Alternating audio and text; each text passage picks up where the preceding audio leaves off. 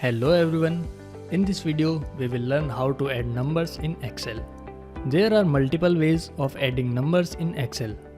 These methods are more advanced, but we will first concentrate on basic and simplest way to add two numbers. So here we have numbers in these two columns we want to add, and we want our result in column C. First of all, click on the cell in which you want to display the result. And in this cell we have to write a formula for calculations. A formula starts with an equal symbol. This symbol works as a signal to Excel that we want to enter a formula in this cell. Then click on the cell that contains the first number to be added. So here we have number 5, which is cell A2.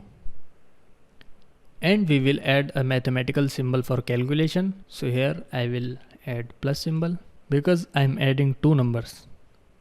And then I will click on the second cell, which is cell B2.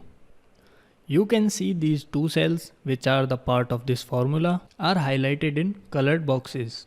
Now when I hit enter, Excel will calculate the value from the formula and show it here. In the formula bar, you can see our formula. If you want to edit the formula, you can either edit in the formula bar or you can double click on the cell and edit the formula. You can use a similar step to subtract, multiply or divide. But that's not all. Here comes a handy little hack for you. Instead of manually adding the rest of these rows, hover over the bottom right corner of the cell which contains the formula until you see this plus icon, this little plus icon. Click and drag this formula down for the rest of the rows. And here it is. We have managed to add the numbers in all 8 rows.